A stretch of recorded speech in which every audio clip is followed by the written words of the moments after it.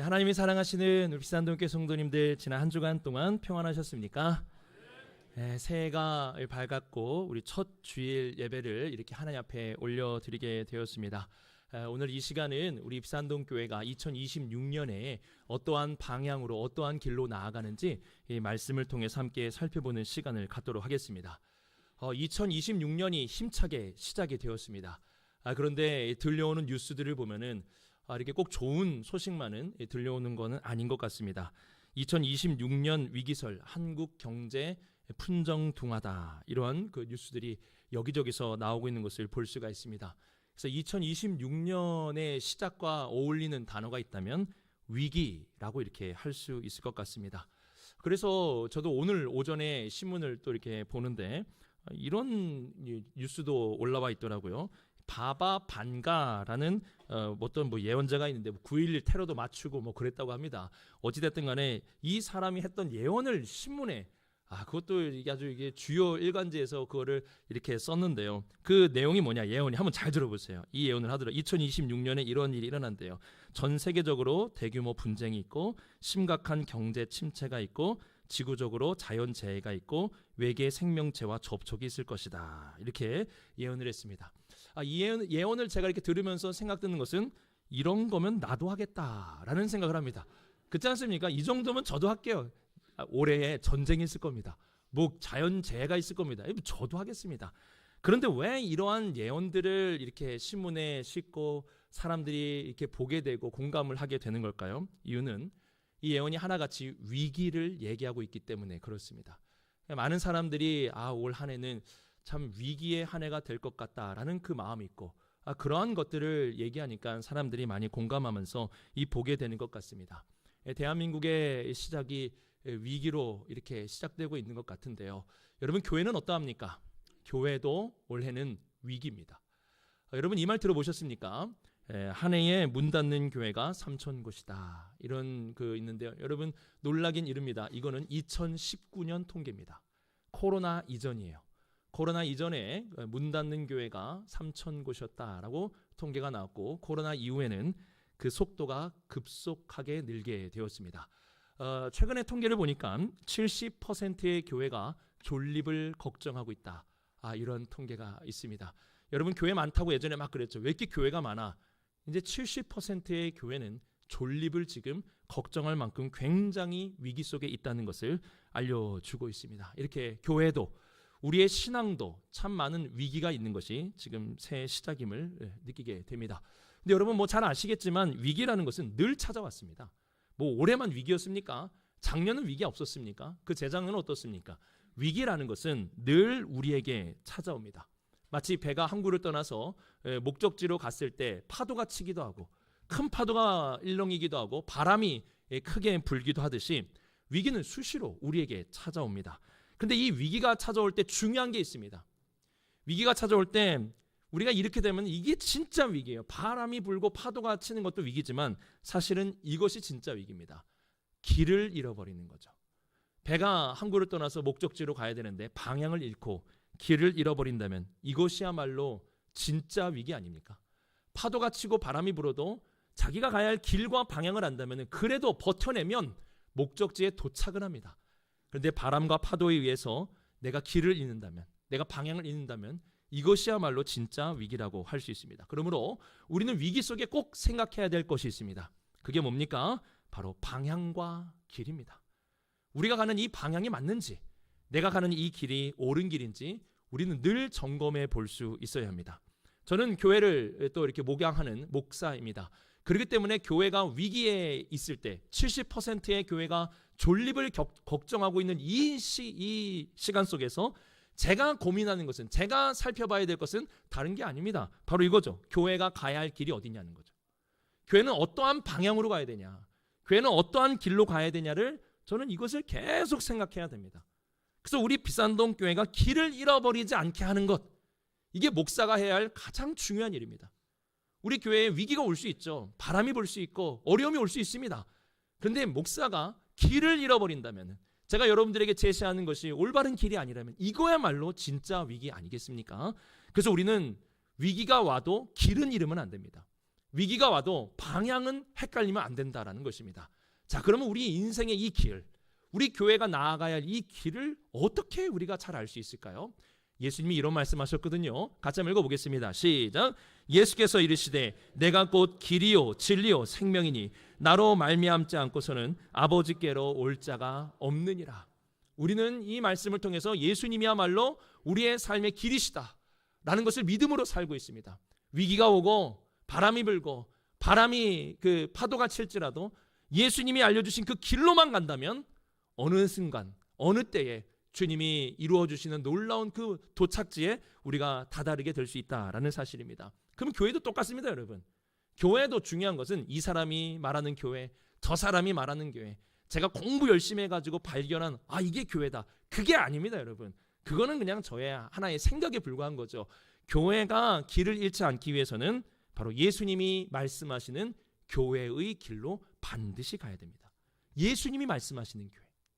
그러면 오늘 말씀이 어떤 말씀이냐? 마태복음 16장 18절은요.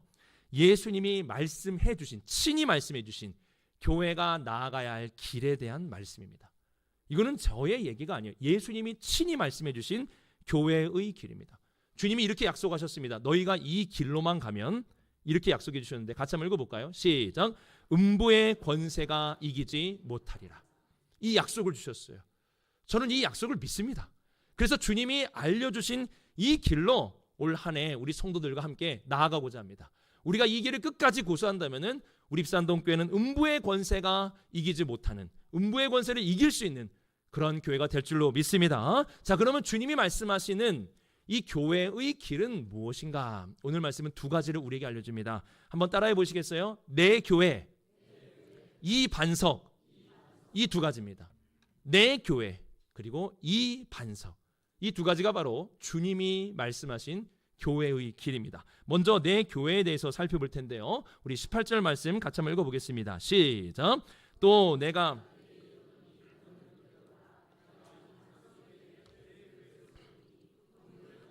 이기지 못하리라. 아멘.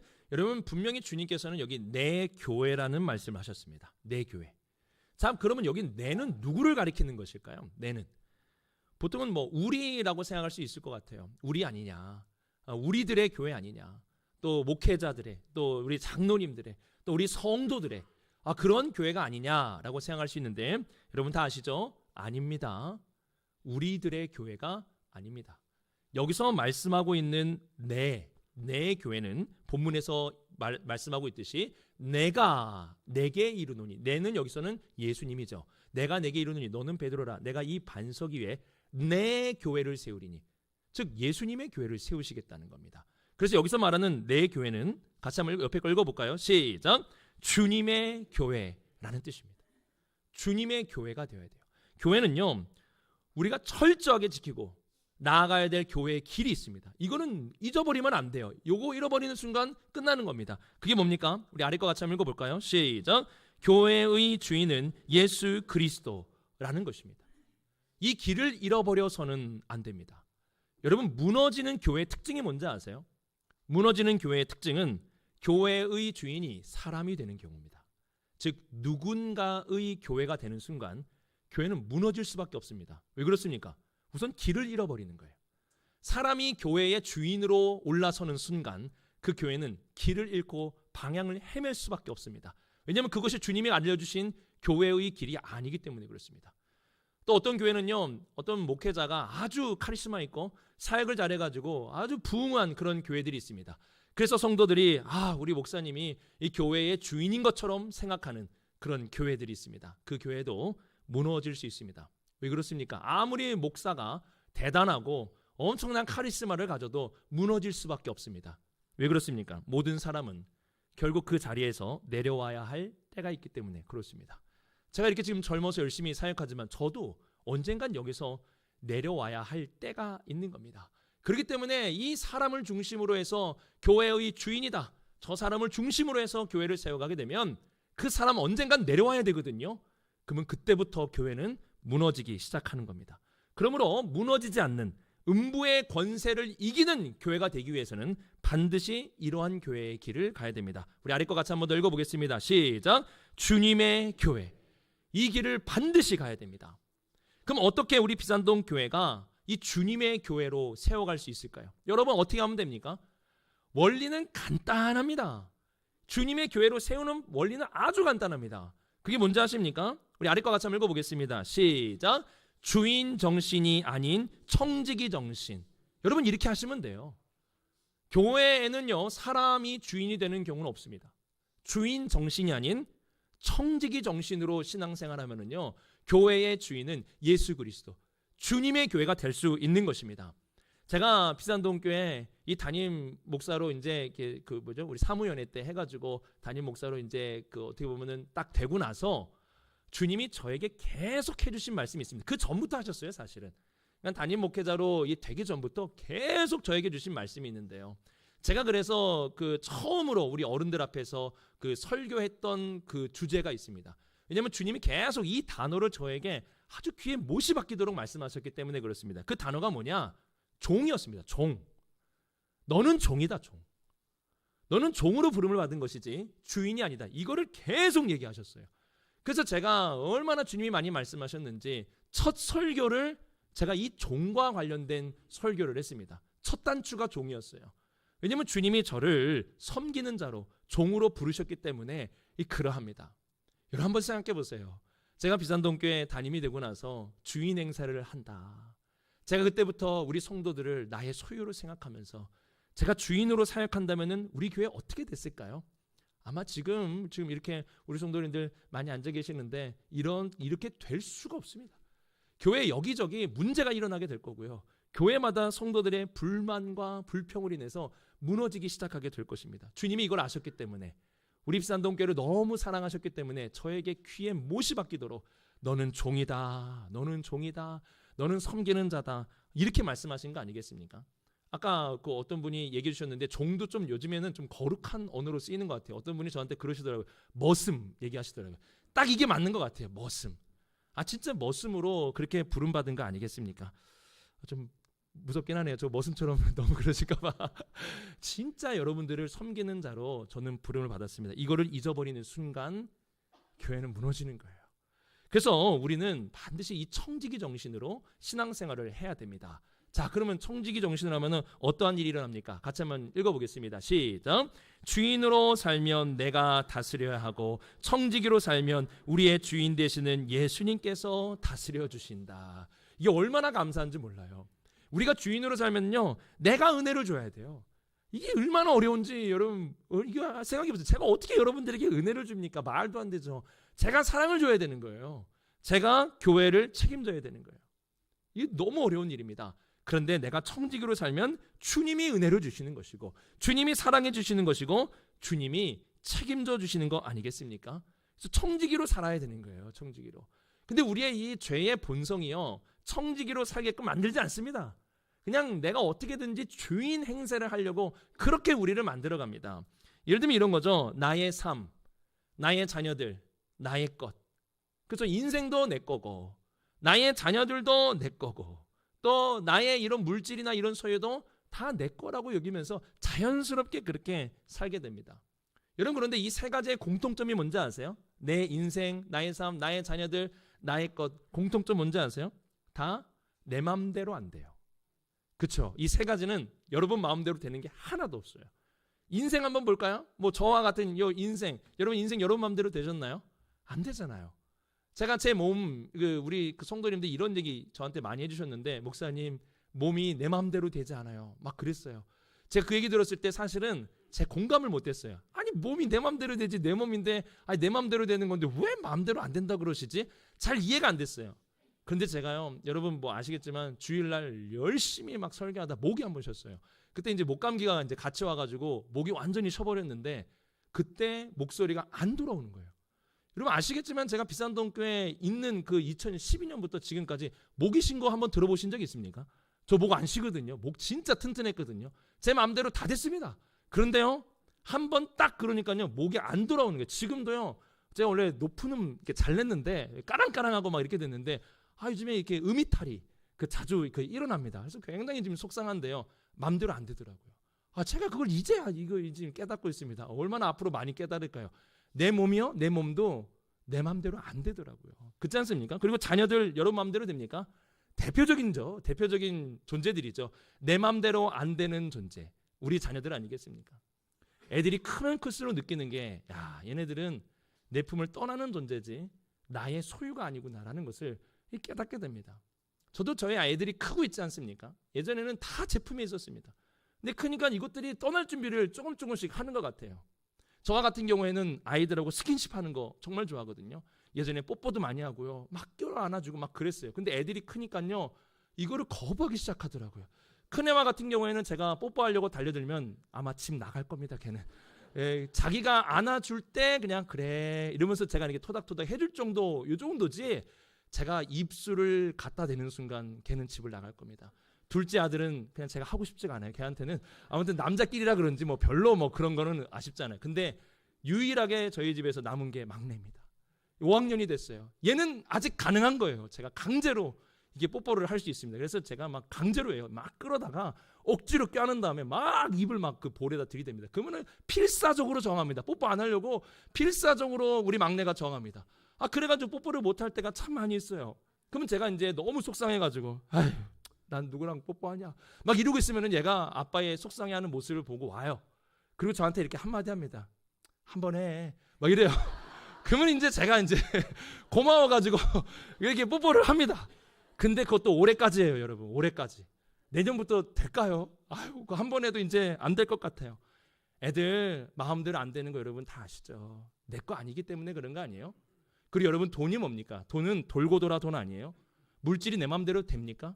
돈 벌겠다고 해서 여러분 소망하는 돈만큼 여러분 버시면서 사십니까? 안 돼요.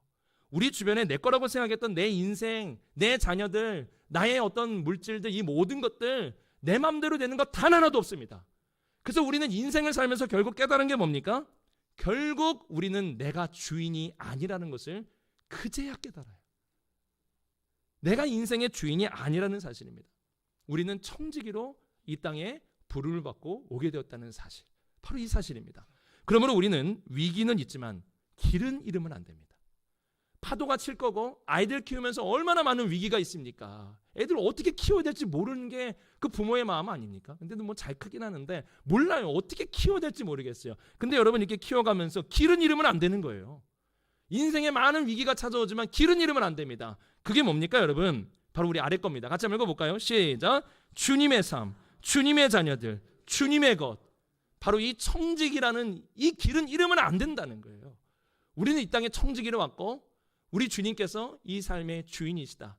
이것만 잃지 않고 우리가 살아간다면요, 우리의 길 끝에는 우리 주님을 만나게 될 것이고, 주님이 약속하신 그대로 음부의 권세가 이길 수 없는, 무너지지 않는 그런 우리의 삶이 될 줄로 믿습니다. 그러니까 위기가 뭡니까? 위기. 같이 한번 읽어볼까요? 위에 거 시작. 교회의 위기는 주님의 교회로 가야 하는 길을 잃어버릴 때이다. 이 주님의 교회를 잃는 것을 위기라고 말해요. 우리 아래 것도 같이 한번 읽어보겠습니다. 시작. 나의 삶의 위기도 예수님이 주인 되시는 길을 잃어버릴 때이다. 이런 것을 여러분 위기입니다. 그러므로 우리 길 잃지 맙시다. 2026년을 살아가는 이 한 해 동안 파도도 치고 바람도 불겠지만 길은 잃어버리지 말자 이거예요. 그러면 길을 잃어버리지 말자 이 말하고 똑같은 말이 뭡니까? 이 말이에요. 우리 아래 거 같이 한번 읽어보겠습니다. 시작. 청지기로 삽시다. 청지기로 살면 길을 잃어버리지 않습니다. 주님이 그때마다 은혜 주실 것이고 주님이 사랑을 베풀어 주실 것이고 주님이 책임져 주실 것입니다. 우리 애들도 똑같습니다, 여러분. 청지기로 살면 그 아이의 삶을 주님이 책임지시는 것이고 내가 그 아이의 주인으로 살고자 하면은 내가 책임져야 됩니다. 점점 늙어가는 내가 어떻게 그 아이의 인생을 책임질 수 있겠습니까? 청지기로 사는 것, 그것이 바로 길을 잃지 않는 것입니다. 우리 이 부분 읽어보겠습니다. 시작. 예수님이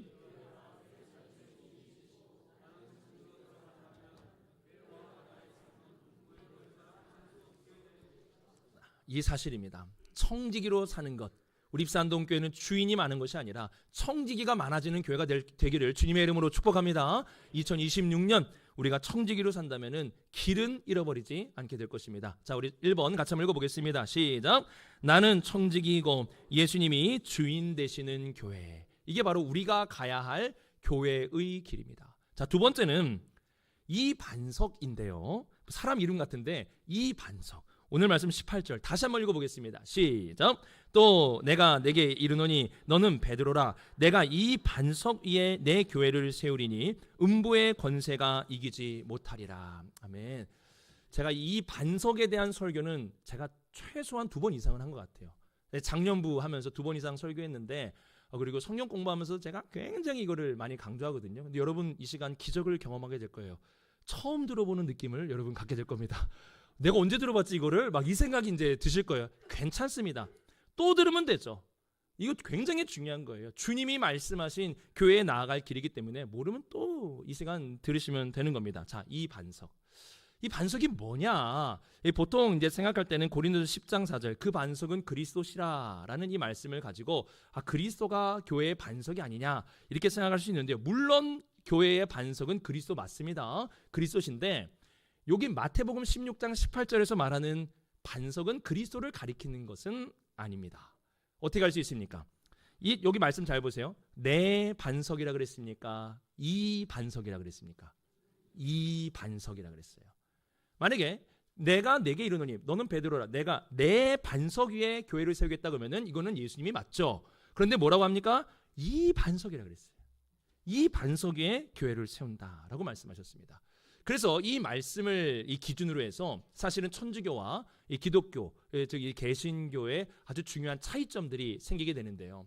여러분 천주교와 기독교의 가장 큰 차이점 뭐라고 생각하십니까? 보통은 뭐 하느님이냐, 하나님이냐, 뭐 이런 거 가지고 이제 생각하는데 한 번 더 생각해 보세요. 천주교에는 있고 우리 이 기독교, 이 개신교에는 없는 것은 뭘까요? 맞습니다. 교황이죠. 교황은 우리는 없습니다. 여러분 이게 천주교에만 있는 거예요. 그래서 여러분 기독교에는 사람 왕이 없다는 사실을 꼭 기억하시기 바랍니다. 사람이 뭐 왕으로 이렇게 호칭되거나 그런 게 없습니다. 그래서 제가 여러분들에게 꼭 이제 주의사항 이거는 기억나실 거예요. 제 교회에서 이런 용어는 사용하지 말라고 제가 예전에 말씀을 드렸는데 예를 들면은 지금 우리 성진이 목사님이 이제 부임하셨는데 저도 성씨예요. 이게 똑같은 이 성씨인데 예전에 이제 저를 부르실 때는 성목사님이라고 가장 많이 저를 불렀어요. 이제는 여러분들이 성목사님 하면은 2명이 고개를 돌아보게 될 것입니다. 그래서 뭐 친인척 관계는 아니에요. 친인척 관계는 아닌데 성이 같아요. 자, 그러면 저를 어떻게 부르는 게 좋겠습니까? 헷갈리니까 예전에 했던 대로 왕 목사님이라 불러야지. 여러분 그러지 말라 그랬습니다. 뭐라고 부르면 좋을까요?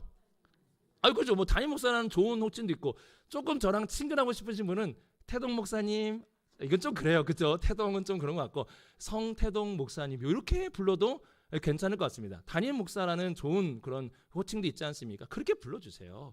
왕이라는 호칭 붙이지 마세요. 또 여러분 한번 생각해 보세요. 2026년에 기적적으로 우리 교회에 이제 총각 전사님이 2분이 계시는데 기적적으로 결혼을 했다고 한번 생각해 보세요. 2026년에 결혼을 했는데 제가 너무 기적을 강조하나요? 그래도 올해는 어렵겠죠. 설마. 아무튼 근데 기적적으로 올해 결혼했다고 생각해 보세요. 그래가지고 사모님 2분이 왔어요. 우리 교회에. 그러니까 사모님이 3분이 됐습니다. 야, 그러면은 이제 여러분이 고민이 되는 거예요. 김아진 사모, 제 아내를 어떻게 불러야 될까? 좀 더 다르게 부르고 싶죠. 그러면 이제 뭐가 나오는 거예요? 여기서 여러분 예전에 많이 썼던 왕사모님이 나오는 거예요. 이러면 여러분 족보가 꼬이기 시작합니다. 만약에 제 아내가 왕사모가 된다면은 원로 목사님 사모님은 뭐라고 불러야 됩니까? 대왕 대비왕 뭐라고 해야 됩니까? 그럼 더 놀랄 게 있어요. 김주옥 사모님은 이보영 목사님의 사모님은 저희가 뭐라고 불러야 될까? 왕 중에 왕이요, 왕의 왕비신 이렇게 불러야 됩니까? 족보가 꼬이는 거예요, 여러분. 왕으로 부르지 마세요. 그냥 이름 불러주세요. 김아진 사모님 이렇게 부르면 되는 거 아니겠습니까? 그러니까 우리 교회 안에서는요, 이 왕이라는 호칭을 사용하면 안 된다. 제가 이렇게 말씀을 드렸습니다. 왜냐하면 우리에게는 사람이 없어요. 왕이 없어요. 이거를 철저하게 교회가 지켜온 것입니다. 그런데 왜 천주교는 교황이 있을까요, 여러분? 여기에 대한 성경적인 근거 구절이 바로 마태복음 16장 18절입니다. 이거를 어떻게 해석하느냐에 따라서 교회에 왕이 생기기도 하고요, 왕이 생기지 않기도 합니다. 천주교는 왕이 생기도록 해석을 했어요. 어떻게 해석했느냐? 16장 18절에 헬라어로 보게 되면은 베드로를 페트로스, 그리고 이 반석이 페트라입니다. 이 단어가 비슷해 보이죠? 페트로스, 페트라. 이 2 단어는요, 사실 같은 말이에요. 오스로 끝나면 남성이고요, 아로 끝나면 여성형입니다. 똑같은 거를 남성형, 여성형으로 가리킨 것이죠. 그래서 이러한 헬라어 해석을 가지고 이제 이렇게 해석을 하는 거죠. 이 반석은 베드로라는 한 사람 위에 세워진 것이다. 그러니까 교회의 반석이 뭐예요? 한 사람이라는 거예요. 이게 천주교의 해석입니다. 그래서 천주교는 제1대 교황을 베드로라고 얘기를 합니다. 1대 교황은 베드로죠. 지금 새롭게 취임한 그 레오 14세는 267대 교황이 되는 것입니다. 이 교황은 어마어마한 교회 그 권한을 갖고 있습니다. 왜냐하면 19절 말씀 때문에 그런데요. 우리 19절 같이 한번 읽어볼까요? 시작. 내가 천국 열쇠를 내게 주리니 네가 땅에서 무엇이든지 매면 하늘에서도 매일 것이요 네가 땅에서 무엇이든지 풀면 하늘에서도 풀리리라 하시고, 즉 교황에게는요 천주교에서는 매고 푸는 권세가 있다라고 말을 합니다. 이거는 왜냐? 그 반석이 베드로라는 한 사람이라고 해석을 했기 때문에 그렇습니다. 우리는 그렇게 해석합니까? 그렇지 않습니다. 이 반석이라는 요 반석을 우리는 한 사람이라고 해석하지 않습니다. 자, 그럼 우리는 어떻게 해석합니까? 베드로를 한 사람으로 보지 않아요. 우리는 마태복음을 보면은 베드로는 한 사람이 아니라 제자들의 대변인이자 대표자로 나타나고 있습니다. 예를 들면 이 본문이죠. 같이 한번 읽어볼까요? 시작. 이르시되 너희는 나를 누구라 하느냐. 예수님은 너희라고 부르셨습니다. 너희들 나를 누구라고 말하냐. 이때 누가 대답합니까? 베드로가 대답합니다. 읽어볼까요? 시작. 시몬 베드로가 대답하여 이르되 주는 그리스도시요 살아계신 하나님의 아들이시나이다 라고 답을 합니다. 자, 이거는 다른 제자들은 아무것도 모르는데 베드로 혼자만 알게 된 것인가? 그렇지 않습니다. 마태복음에서 베드로라는 사람은 제자들의 대변인이자 제자들의 대표자로서 얘기를 하는 것입니다. 이 사도들의 대변인이며 대표자인 것입니다. 이거를 알려주는 가장 분명한 성경 구절이 있습니다. 제가 이것도 굉장히 많이 강조했는데요. 바로 16장 19절과 18장 18절입니다. 이 두 가지 모두 다 매고 푸는 권세에 대해서 말씀하고 있습니다. 여러분, 이 두 본문이 똑같이 매고 푸는 권세인데 가장 중요한 차이점이 있습니다. 여러분, 어떤 차이점이 있습니까? 16장 19절과 18장 18절. 자, 그렇죠. 배우신 분들 티를 내세요 지금. 그렇죠. 너와 너희라고 나오는 겁니다. 여러분 한번 생각해 보세요. 베드로 한 사람에게만 매고 푸는 권세가 있다면 왜 18장 18절에는 너희라고 말하는 것일까요? 애초에 베드로 한 사람에게만 이 권세를 준 것이 아니라 사도들에게 이 권세를 주신 것이기 때문에 그렇습니다. 그러니까 이 반석을 우리가 해석할 때는 한 사람이라고 해석해서 교회의 황제를 만드는 것이 아니라 사도들이라고 해석을 해야 됩니다. 같이 한번 읽어보겠습니다. 시작. 베드로 한 사람이 아닌 예수님께 부름받은 사도들을 가리킨다라는 거예요. 자, 그러면 예수님은 어디에 교회를 세우라 그랬냐? 주님의 교회는 어디에 세워야 되냐? 바로 이겁니다. 예수님은 사도들의 반석 위에 예수님의 교회를 세우라고 말씀하신 겁니다. 이게 바로 오늘 말씀의 아주 중요한 부분입니다. 그러면 사도들 위에 교회를 세운다는 게 무슨 뜻입니까? 자, 이런 뜻이죠. 같이 한번 읽어볼까요? 시작. 예수님과 함께하며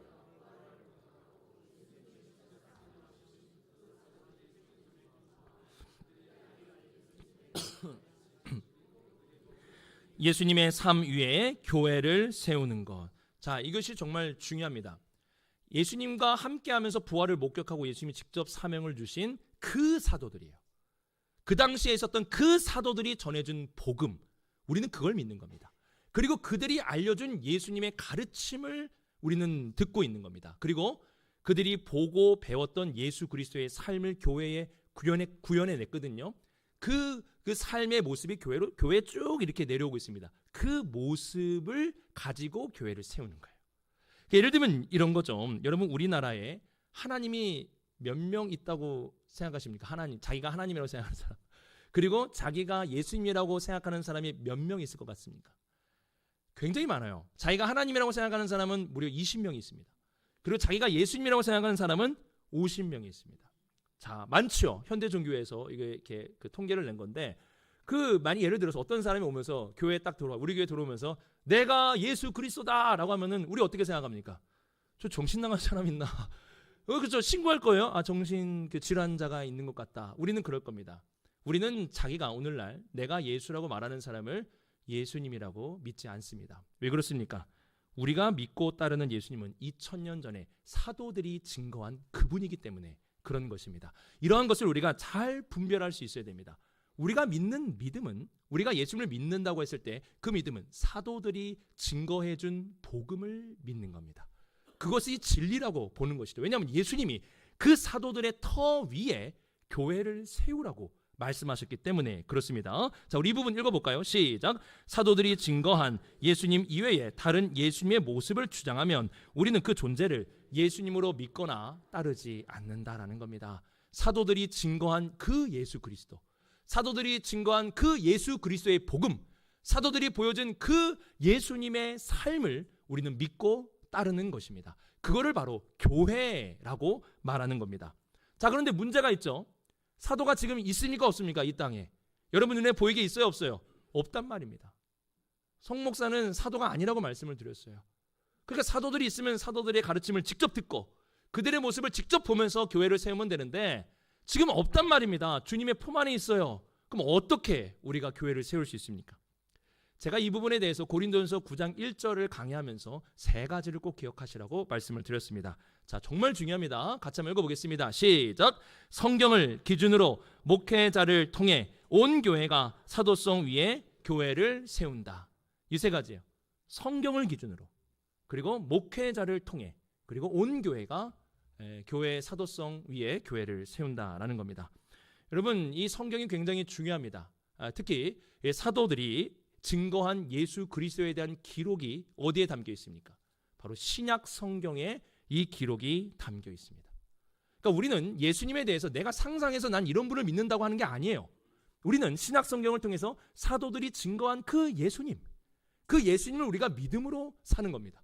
거기에서 진정한 생명이 있고 거기서 진정한 성령의 역사가 일어나게 되는 겁니다. 그러니까 우리는 신약 성경에서 말씀하는 바로 그분을 우리의 주요, 우리의 그리스도로 믿으면서 살아가게 되는 겁니다. 그러면 여러분, 길을 잃으면 안 돼요.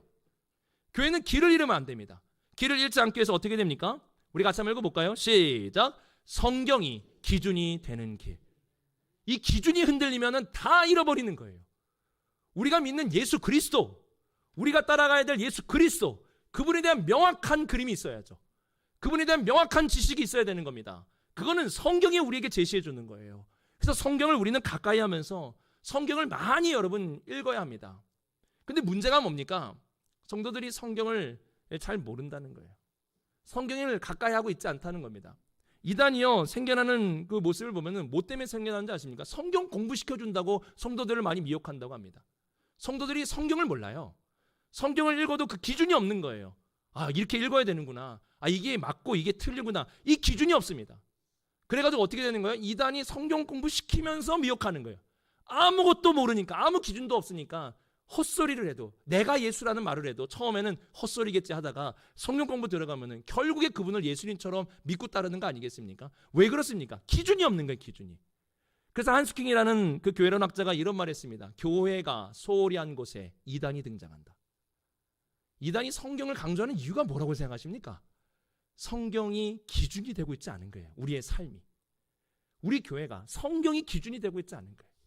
우리 성도들이 성경이 기준이 되면서 살아간다면요, 성경 가지고 장난치는 이단은 일어날 수가 없는 겁니다. 그래서 저는 올 한 해 좀 이렇게 좀 결단을 했습니다. 원래 작년도 좀 해볼까 했는데 올해 제가 이제 결단을 해가지고 이제 이 설교 시간에 얘기해야 제가 시작하니까 제 결단을 좀 했습니다. 우리 성도님들 성경 읽기 프로젝트를 제가 좀 해보려고 합니다. 우리 성도님들 어떻게든 성경을 좀 읽도록 해야 되겠다. 그래서 집에 가면은 주일 딱 펼치고 집에 가면은 딱 책장에 있다가 또 주일이 되면 꺼내는 이런 성경책이 아니라 항상 성경을 읽을 수 있도록 좀 이렇게 해야겠다. 그래서 뭐 구약 신약 읽으면 좀 어렵지만 신약만이라도 우리가 좀 일독을 하는 그런 교회가 좀 돼야겠다. 이런 생각을 좀 갖게 되었습니다. 그래서 만약에 우리 교회가 우리 성도님들이 한 분 한 분 이렇게 성경을 읽어가지고 백독을 했다. 우리 비산동 교회가 백독을 했다. 야, 진짜 그렇게 될까요? 만약에 진짜 백독을 했다. 그러면은요, 그날은 교회 잔치합시다. 진짜 교회 잔치합시다. 근데 만약에 진짜 우리 성도님들이 한 분도 빠짐없이 다 해가지고 200독을 했다. 와, 좋죠. 200독을 했다. 그럼 어떻게 해야 될까요? 동네 잔치를 좀 해볼까요, 여러분? 어떻게 하면 좋을까요? 진짜 어떤 프로젝트라도 해가지고 올 한 해는 좀 성경을 가까이 합시다. 가까이 하고 좀 성경을 좀 읽어봅시다. 그래서 성경이 기준이 되는 이 길을 우리가 잃지 않는 2026년이 좀 됐으면 좋겠습니다. 사도성은 바로 이렇게 성경이 기준이 되는 그 삶 위에 우리가 설 때 우리가 길을 잃지 않고 사도성 위에 교회를 세울 수 있게 되는 겁니다. 자, 두 번째, 제가 이 목회자와 이 지도자들의 굉장히 중요합니다. 사도성을 세우기 위해서는 목회자가 중요해요. 또 교회의 지도자들이 굉장히 중요합니다. 왜 그럴까요? 누가 가르쳐 줍니까? 성경에 대해서. 어쩔 수 없어요. 교회 지도자들이 가르쳐 줘야 되는 거예요. 그리고 여러분, 성경은요, 예수 그리스도의 가르침은 입으로만 배우는 게 아닙니다. 입으로는 정보를 듣고 배울 수 있고, 근데 뭘로 배우는 거예요? 삶으로 배우는 거예요. 어쩔 수 없습니다. 누군가는 예수 그리스도의 삶을 보여줘야 돼요, 교회 안에서. 그럼 누가 보여줍니까, 여러분? 누가 보여줘야 돼요, 이거? 새 가족이 보여줍니까? 오늘 등록했는데 예수님처럼 사세요. 어떻게 그럽니까? 봐야죠. 누가 보여줘야 돼요? 목회자. 제일 먼저는 제가 보여드려야 되고, 그 다음에는 또 우리 장로님들과 교회에 세움받은 교육자들이 보여줘야 됩니다. 성도들이 그리스도인처럼 못 산다고 탓할 필요 없어요. 그렇게 사는 이유는 안 봤기 때문에 그래요. 못 봤기 때문에 그런 거예요. 그래서 우리는 이런 마음을 가지고 한 해를 우리가 이런 그 사도성을 잃지 않기 위해, 길을 잃어버리지 않기 위해 그러한 지도자가 될 수 있도록 부단히 노력을 해야 됩니다. 우리 성도님들도 기도해 주셔야 돼요. 목회자들이 이거 타락했다 이런 거 너무 하지 마시고, 우리 목사님이, 또한 우리 교육자들이, 우리 장로님들이 교회의 본이 될 수 있도록, 그래서 내가 그분 보고 그 길 잘 따라갈 수 있도록 여러분 그렇게 기도해 주시기 바랍니다.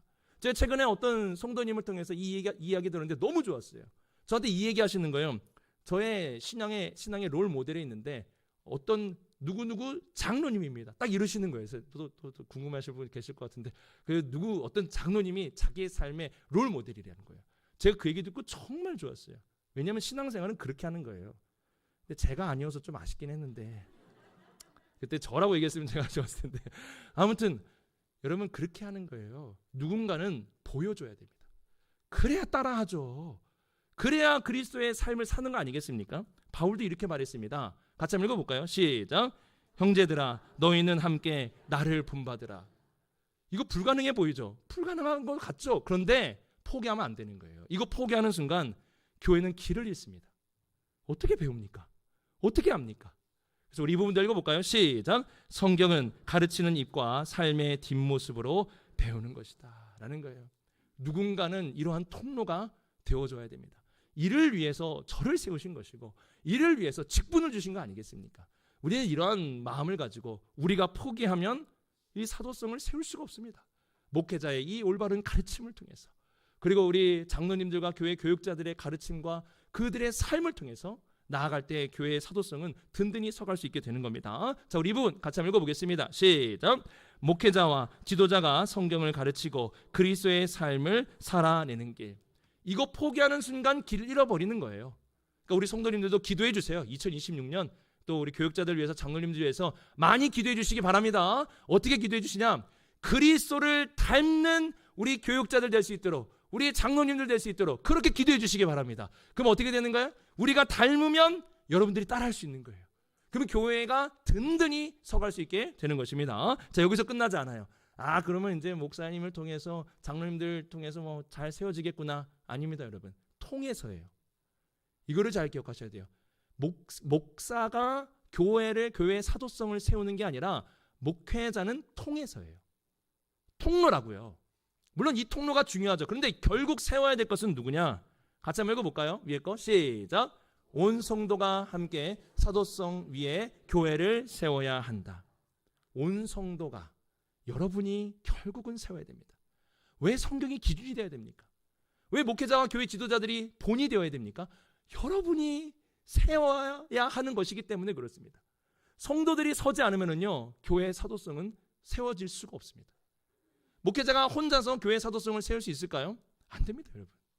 목회자 혼자서 안 돼요. 우리 성도들이 함께 나아갈 때에 목회자를 통하여, 우리 교육자들과 지도자들을 통하여 우리 교회를, 이 교회의 사도성 위에 든든히 세울 수 있는 겁니다. 그래서 해야 되는 거예요. 어떻게든지 우리 성도들이 세워질 수 있도록, 우리 성도들이 성경을 잘 알 수 있도록 어떻게든지 해야 되는 거예요. 제가 성경 공부 이렇게 하고 있는데요, 어떤 분은 한 번 듣고 이해 안 돼가지고 2번 들으신 분도 있어요. 근데 2번 듣고 이해 안 되신 분이 있어서 3번까지 들으신 분이 있어요. 근데 아직까지 4번은 없어요. 4번 있으면 그분도 조금 스스로를 좀 생각해 봐야 될 분도 있지만, 그래도 여러분 4번 듣고도 안 되면 어떻게 하면 돼요? 5번도 들으시고 6번도 들으시고 알 때까지 해야 되는 거 아니에요? 왜요? 그래야 교회가 든든히 세워지는 거예요. 그리고 우리 2026년에 위원회 이 제도를 어떻게든 세워보려고 합니다. 저도 알아요. 우리 성도들에게 이 봉사의 직임을 맡기고 그렇게 성도들끼리 이 봉사를 이렇게 하다 보면은 거기에서 마찰이 일어난다는 거 저도 알고 있습니다. 그냥 목사님이 시키는 대로 하면은 오히려 목사님이 시켰어 이러면은 그거 거기서 마찰이 일어나지 않아요. 그냥 저에 대한 불만만 좀 있으면 되는 거 아니에요? 그럼에도 불구하고 여러분들이 그 봉사의 자리에서 어떻게든지 좀 섰으면 좋겠다. 그런 마음을 가진 이유가 뭡니까? 바람이 불고 파도가 쳐도 길은 잃어버리고 싶지 않은 거예요, 제가. 우리 비산동교회가 길은 잃어버리고 싶지 않은 거예요. 어떻게든지 우리 성도들이 성경을 알고 그리스도의 삶을 살아갈 때 사도성 위에 교회가 든든히 설 수 있기 때문에 제가 이 길을 잃어버리고 싶지 않아서 어떻게든지 해보려고 몸부림을 치고 있는 겁니다. 여러분도 같이 몸부림을 칠 때 우리 비산동교회는 이 사도성 위에 흔들리지 않는 그런 교회로 설 수 있게 되는 겁니다. 길을 잃어버리면 안 됩니다. 자, 우리 이 부분도 같이 한번 읽어볼까요? 시작. 결국 교회를 세워야 하는 사람들은 우리 모두이다. 우리 길을 잃어버리면 안 됩니다. 이 땅의 삶을 살아가면서 신앙생활하면서 길을 잃어버리면 안 됩니다. 그러면 뭐 해야 됩니까? 여러분이 성경을 알기를 힘써야 되고 성경을 기준으로 사셔야 되고 또한 목회자와 교육자들 또한 우리 장로님들을 통해서 그리스도의 삶을 본받아 살아갈 수 있어야 됩니다. 그렇게 우리가 설 때 흔들리지 않는 그 반석 위에 교회를 세울 수 있게 되는 겁니다. 사도성의 길은 이러합니다. 사도들이 증거한 복음과 가르침을 기준으로 사도들이 보여준 그리스도의 삶을 목회자와 지도자들을 통하여 마지막 거 같이 한번 읽어보겠습니다. 시작.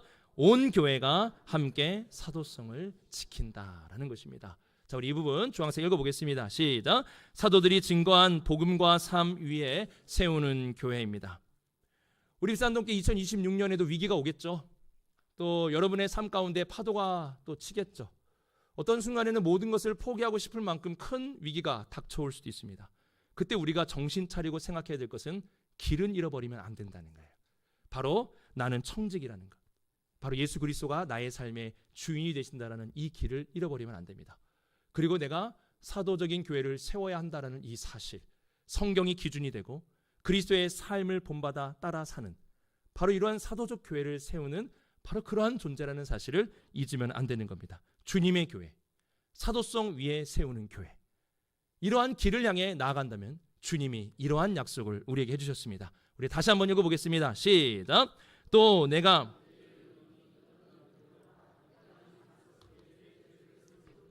음부의 권세가 이기지 못하리라. 아멘. 여러분 이 사실을 믿음으로 주님이 말씀하신 내 교회, 주님의 교회, 이 반석, 사도성 위에 세우는 교회, 이런 교회를 우리가 지향하면서 나아간다면은 음부의 권세가 이길 수 없는 그런 우리 비산동교회가 될 줄로 믿습니다. 이러한 방향으로 2026년 한 마음으로 하나 되어 나아가는 복된 한 해가 될 수 있기를 주님의 이름으로 축복합니다. 우리 오늘 말씀을 기억하면서 이 찬양을 같이 드렸으면 좋겠습니다. 오늘 말씀 그대로 다 여기에 담겨 있어요. 이 찬양, 이런 교회 되게 하소서라는 찬양입니다. 여러분 이 찬양 보시면 이래요. 진정한 예배가 숨쉬는 교회. 그 다음 중요하죠? 주님의 교회. 주님이 주인 되시는 교회. 그 다음 보세요. 믿음의 기도가 쌓이는 교회, 최고의 찬양을 드리는 교회, 그리고 말씀이 살아 움직이는 교회. 말씀이 기준이 되는 거예요. 그리고 성도의 사랑이 넘치는 거죠. 그리스도의 삶이 나타나는 거예요.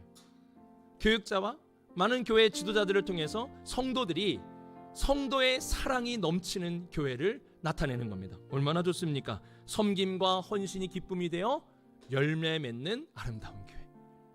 그냥 꿈만 같죠? 근데 우리가 길을 잃지 않는다면, 우리가 한 사람 한 사람이 길을 잃지 않는다면 이거는 그냥 찬양 가사가 아니라 진짜 우리 비산동교회가 이런 교회가 될 줄로 믿습니다. 우리 오늘 이런 마음을 가지고 우리 이 찬양 하나님께 올려드리겠습니다. 진정한 예배가 숨쉬는 교회. 진정한 예배가 숨쉬는 교회, 주님이 주인 되시는 교회, 믿음의 기도가 쌓이는 교회, 최고의 찬양을 드리는 교회, 말씀이 살아 움직이는 교회, 성도의 사랑이 넘치는 교회, 섬김과 헌신이 기쁨이 되어 열매 맺는 아름다운 교회. 주님의 마음 닮아서, 주님의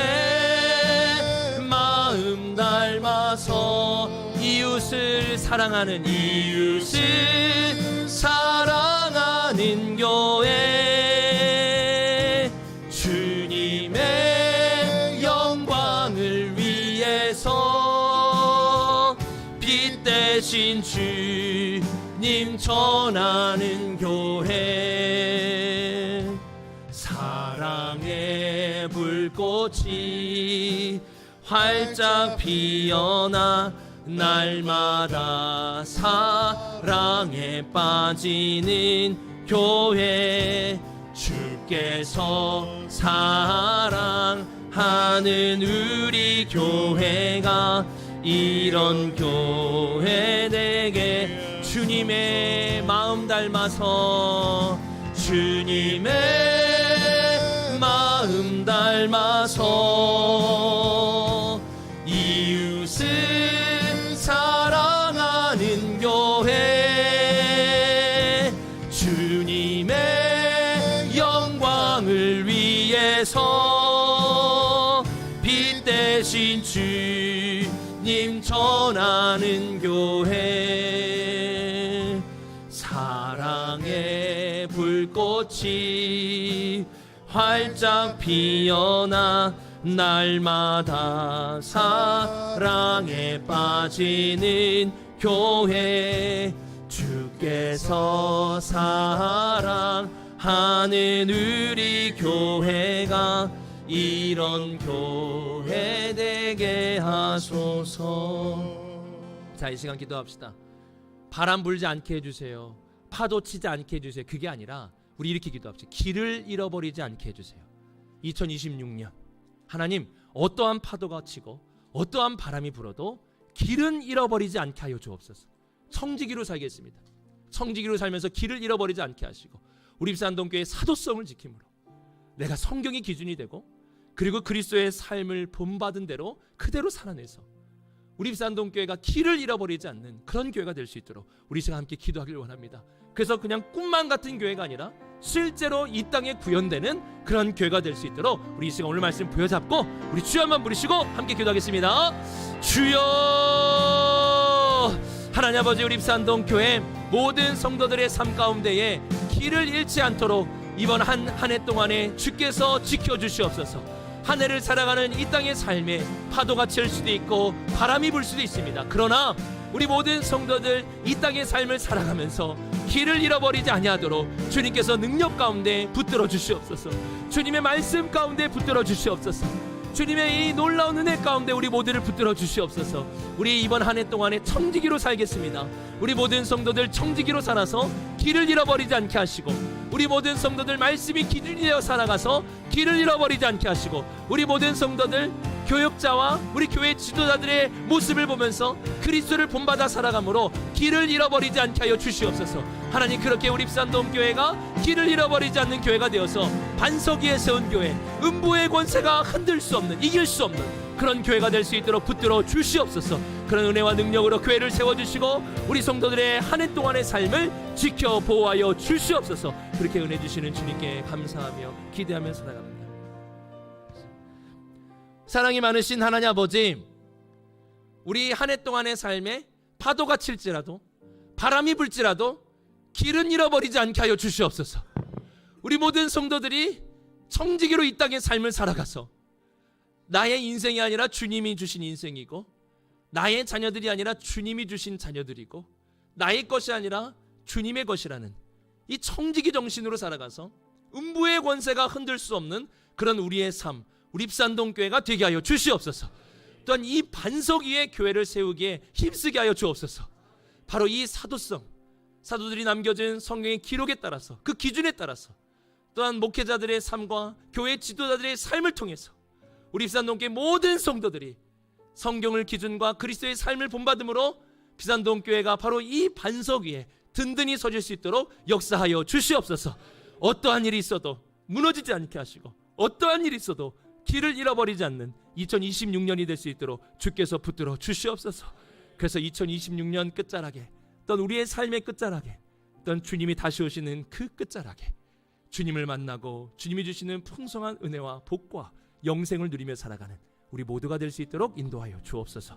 이 모든 말씀 하나님의 아들 우리 주 예수 그리스도의 이름으로 기도드립니다. 아멘.